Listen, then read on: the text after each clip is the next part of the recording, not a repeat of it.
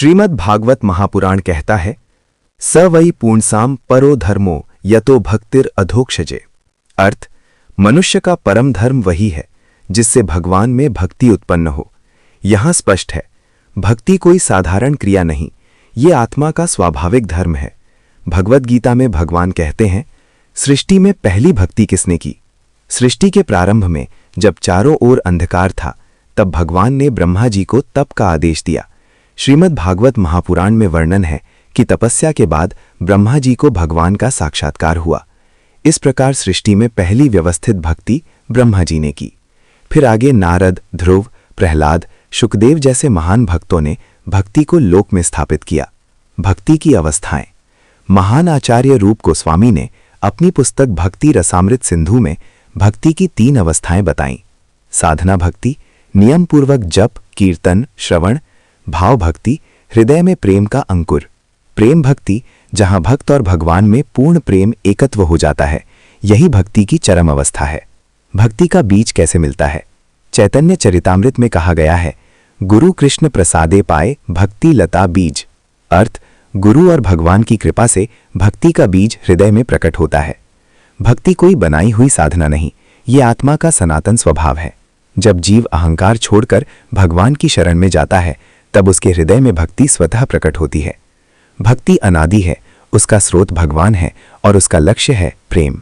सृष्टि के आदि में किसने शांत भक्ति की? सृष्टि के प्रारंभ में जब कुछ भी प्रकट नहीं था, तब ब्रह्मा जी कमल से प्रकट हुए। चारों ओर अंधकार था, तब उन्होंने तप किया। यही शांत भाव की भक्ति थी। श्रीमद् भागवत महापुराण। भगवान ने ब्रह्मा जी को तप का आदेश दिया।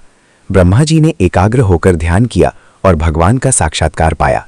यहां भक्ति में दास्य या सखा भाव नहीं था, ये पूर्णतः शांत ध्यानमयी भक्ति थी। इसके अतिरिक्त सनक, सनंदन, सनातन, सनत कुमार 4 कुमार भी आदि काल में शांत रस भक्ति के आदर्श माने जाते हैं। सृष्टि के मध्य में किसने शांत भक्ति की? सृष्टि के मध्य में अनेक भक्त हुए, परंतु शांत रस के प्रमुख उदाहरण हैं शुकदेव, जिन्होंने संसार से पूर्ण वैराग्य लेकर केवल भगवान में स्थित होकर जीवन बिताया। श्रीमद् भागवत महापुराण। धर्मः प्रोज्झित कैतवो अत्र। शुकदेव जी पूर्ण निष्काम और शांत चित्त थे। भीष्म शरद छैया पर लेटे हुए उन्होंने शांत भाव से भगवान का ध्यान किया। भागवत वर्णित है, सृष्टि के अंत प्रलय में शांत भक्ति। जब प्रलय आता है, तब समस्त जीव सूक्ष्म अवस्था में स्थित हो जाते हैं। उस समय पूर्ण शांति रहती है। भगवद गीता। सर्वभूतानि कौन्तेय प्रकृतिम यान्ति मामिकाम। अर्थ, प्रलय में सब मेरी प्रकृति में लीन हो जाते हैं। इस अवस्था में जो सिद्ध जीव हैं, वे परम शांत भाव में भगवान में स्थित रहते हैं।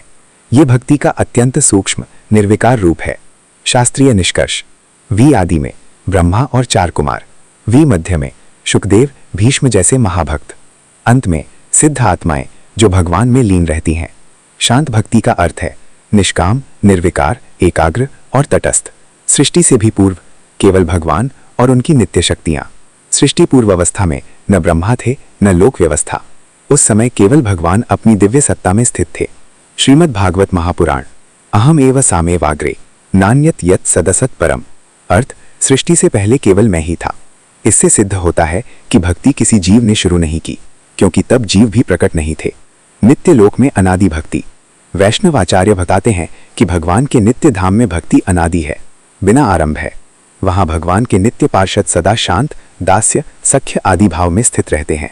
गुरु चैतन्य चरितामृत में वर्णन है कि भक्ति भगवान की अंतरंगा शक्ति है।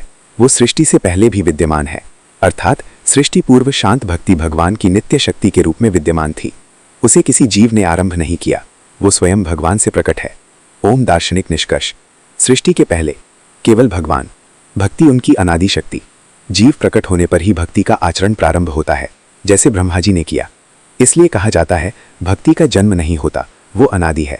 हम नारद मुनि की कथा बताते हैं, जो एक दासी पुत्र थे, लेकिन संतों की सेवा और कथा श्रवण से उनके हृदय में भक्ति का बीज पड़ा। वनवास में उन्होंने तप किया, भगवान का साक्षात्कार किया और अंत में ब्रह्मा के मानस पुत्र बने। हम अभी ऋषि नहीं हैं, पर हमें ऋषि बनने की जरूरत भी नहीं, हमें भक्त बनना है, क्योंकि ज्ञान से मुक्ति मिल सकती है, पर भक्ति से भगवान मिलते हैं। यदि आपको ये ज्ञान श्रीमद् भागवत महापुराण और भगवद गीता के सिद्धांतों के अनुसार सत्य और प्रेरणादायक लगा हो, तो इस वीडियो को लाइक करें, अपने परिवार और मित्रों के साथ शेयर करें और चैनल को सब्सक्राइब करके सनातन धर्म के प्रचार प्रसार में अपना योगदान दें। आपका एक क्लिक धर्म का हिस्सा बन सकता है। आपका एक शेयर किसी के जीवन में भक्ति का बीज बो सकता है। आइए हम केवल दर्शक नहीं, धर्म के वाहक बने।